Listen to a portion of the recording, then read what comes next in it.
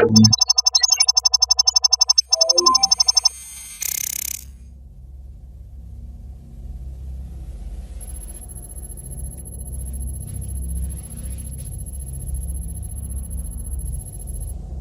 estaba allí. Acostumbraba decir después, hasta que después se convirtió en un tiempo que no producía ninguna risa. Yo estaba allí el día que Horus mató al emperador.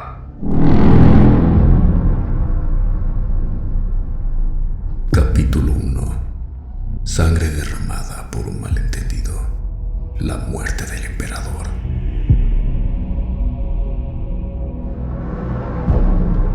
Era una presunción deliciosa, y sus camaradas reían entre dientes ante la total deslealtad que ello implicaba.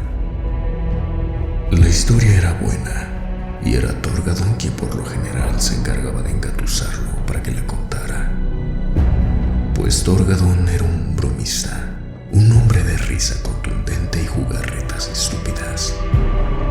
Y Loken volvía a contarlo. Un relato referido tantísimas veces que casi se contaba solo.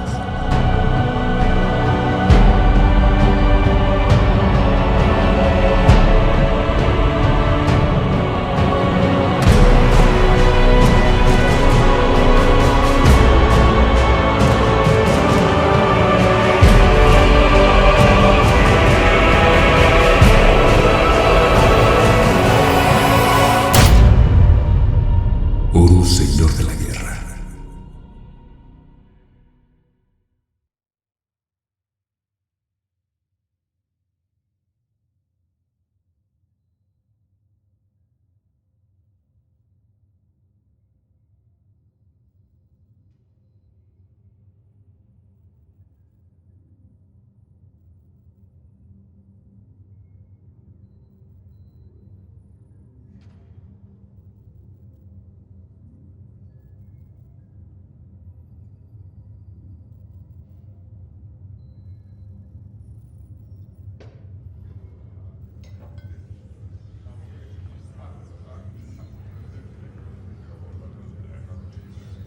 Loken siempre se aseguraba de que su público comprendía adecuadamente la ironía de su historia. Probablemente sentía cierta vergüenza respecto a su complicidad en el asunto, ya que se trataba de un caso de sangre derramada por un malentendido. Existía una gran tragedia implícita en el relato del asesinato del emperador. Una tragedia que Loken siempre quería que sus oyentes apreciaran. Pero la muerte de Sejanus será, por lo general, todo lo que fijaba la atención de estos. Eso y la ingeniosa culminación. Había sido hasta donde los orólogos dilatados por la disformidad eran capaces de atestiguar el año 203 de la Gran Cruzada. Loken siempre situaba su historia en el lugar y tiempos apropiados.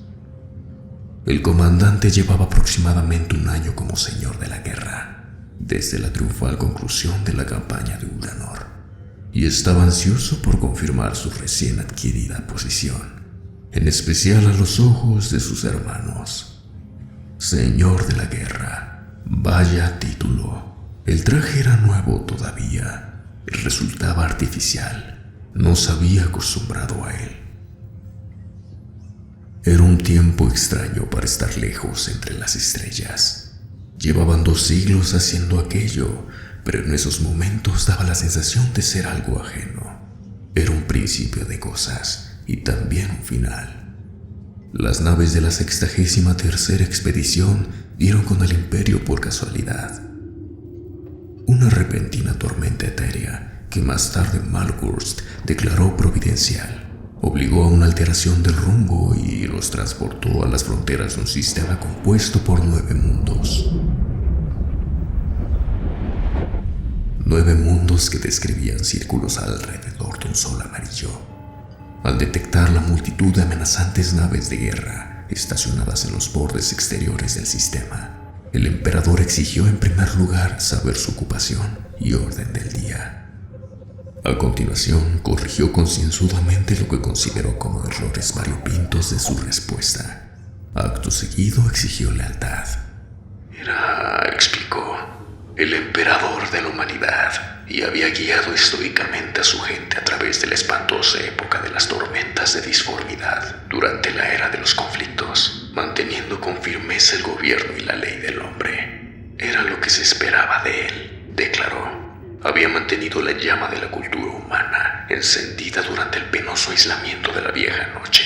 Había preservado aquel fragmento precioso y vital y lo había mantenido intacto hasta que llegara el momento en que la desperdigada diáspora de la humanidad volviera a establecer contacto.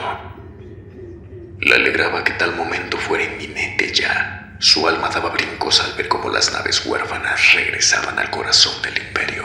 Todo estaba listo y aguardando. Todo se había conservado. Acogería a los huérfanos en su seno y entonces se iniciaría el gran proyecto de la reconstrucción y el imperio de la humanidad se extendería de nuevo por las estrellas como era su derecho inalienable.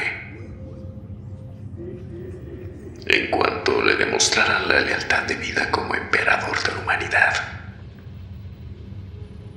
El comandante, más bien divertido, según el decir general, envió a Hastur Sejanus a reunirse con el emperador y transmitirle sus saludos. Sejanus era el favorito del comandante, no tan orgulloso e irascible como Abaddon, ni tan despiadado como Sedirae, ni tampoco tan sólido y venerable como Lacton Cruz. Sejanus era el capitán perfecto, uniformemente templado en todos los aspectos, un guerrero y un diplomático en igual medida. El expediente militar de Sejanus, superado únicamente por el de Abaddon, se olvidaba fácilmente al estar en compañía del hombre en persona. Un hombre encantador, decía Loken, fundamentando su relato. Un hombre encantador al que todos adoraban. No existía nadie a quien quedara mejor la armadura modelo 4 que a Hastur Sejanus, que se le recuerde y se celebra en sus hazañas. Incluso aquí entre nosotros habla en favor de las cualidades de Sejanus, el héroe más noble de la Gran Cruzada. Así era como Loken lo describía a los sabidos oyentes. En épocas futuras se le recordará con tal afecto que los hombres le darán su nombre a sus hijos. Sejanus, con una escuadra de sus guerreros más magníficos de la Cuarta Compañía, viajó al interior del sistema en una barcaza dorada y fue recibido en audiencia por el emperador en su palacio del tercer planeta. Y eliminado. Asesinado. Despedazado sobre el suelo de Onis del palacio mientras permanecía ante el trono dorado del emperador. Sejanus y su escuadra gloriosa, Deimos, Malsandar, Gordoy y el resto, todos masacrados por la guardia de élite del emperador, los llamados Invisibles. Al parecer, Sejanus no había ofrecido la correcta promesa de lealtad y, con muy poco tacto, había sugerido que en realidad e incluso podría existir otro emperador. La aflicción del comandante fue total, pues quería a Sejanus como un hijo. Ambos habían combatido el uno junto al otro para conseguir la obediencia de un centenar de mundos. Pero el comandante, siempre optimista y sensato en tales cuestiones, indicó a su personal de comunicaciones que ofreciera al emperador otra oportunidad. El comandante detestaba recurrir a la guerra y siempre buscaba alternativas a la violencia, cuando éstas eran factibles. Aquello era un error, razonó para sí. Un terrible, terrible error. Y la paz se podía salvar. Se podía hacer razonar a aquel emperador. Era más o menos en aquel momento que a Loken le gustaba añadir una insinuación de comillas alrededor del nombre del emperador. Se decidió que se enviaría una segunda embajada. Malogurst se ofreció voluntario al momento. El comandante accedió, pero ordenó que la punta de lanza avanzara hasta colocarse a distancia de ataque. La intención estaba clara: una mano extendida y abierta en señal de paz, y la otra dispuesta como un puño. Si la segunda embajada fracasaba o recibía un trato violento también ella, entonces el puño se encontraría ya en posición de atacar.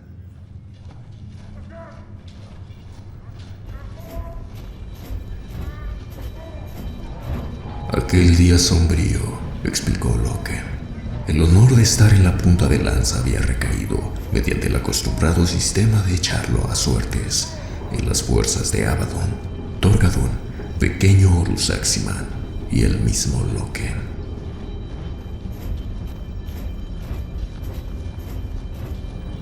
En cuanto se dio la orden, se iniciaron los preparativos de combate. Las naves de la punta de lanza se deslizaron al frente, avanzando bajo una pantalla de invisibilidad, y se instalaron las aeronaves de asalto en los transportes de lanzamiento. Se repartió y comprobó el armamento. Se efectuaron y atestiguaron juramentos de combate, y se ajustaron las armaduras en los cuerpos ungidos de los elegidos. En silencio, tensa y lista para serle enviada, la punta de lanza observó mientras el convoy lanzadera que transportaba a Malogurst y a sus enviados describió un arco ascendente en dirección al tercer planeta.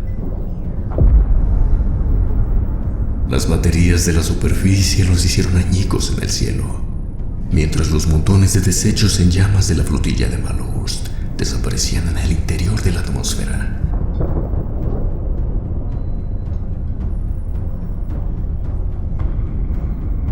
Las fuerzas de la flota del emperador se alzaron fuera de los océanos, surgieron de las nubes altas y de los pozos gravitacionales de las lunas cercanas. 600 naves de guerra al descubierto y armadas para el combate. Abaddon desactivó la invisibilidad y efectuó una última súplica personal al emperador para implorarle que entrara en razón.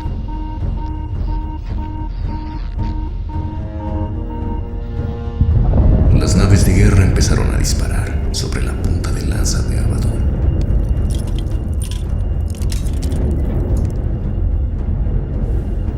Mi comandante, transmitió este al corazón de la flota que aguardaba. No hay modo de hacer ningún trato. Este impostor de mente se niega a escuchar.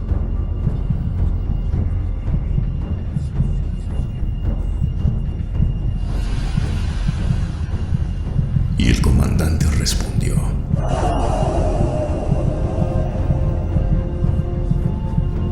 Ilumínalo, hijo mío, pero perdona la vida a todos los que puedas. No obstante esta orden, venga la sangre derramada de mi noble Sejanus, diezma a los asesinos de élite de este emperador y tráeme al impostor.